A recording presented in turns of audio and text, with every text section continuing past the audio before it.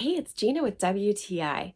And if you're looking for a nice, lightweight, small laptop that can double as a tablet, you need to check out the Dell Inspiron 2-in-1 touch laptop. Recently, my husband's laptop and tablet both died, and so we were so excited to find this one from Dell. Some things that he likes about it, in addition to its versatility, is that it has 8 gigs of RAM and 512 gigabyte SSD.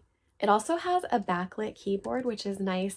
He often works kind of in the dark in the morning. My husband was really excited that this has 2 USB-C ports. He is most frequently using that type of cord, but it also has HDMI, a regular USB, headphone jack, and SD slots.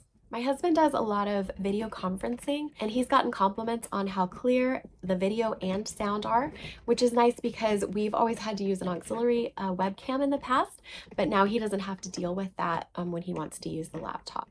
The other super nice thing about it is that it is touchscreen and has a mouse pad. There's just so much versatility to this laptop slash tablet. It's just been really amazing for him. He got the lavender blue color, but we would say this is more on the baby blue side.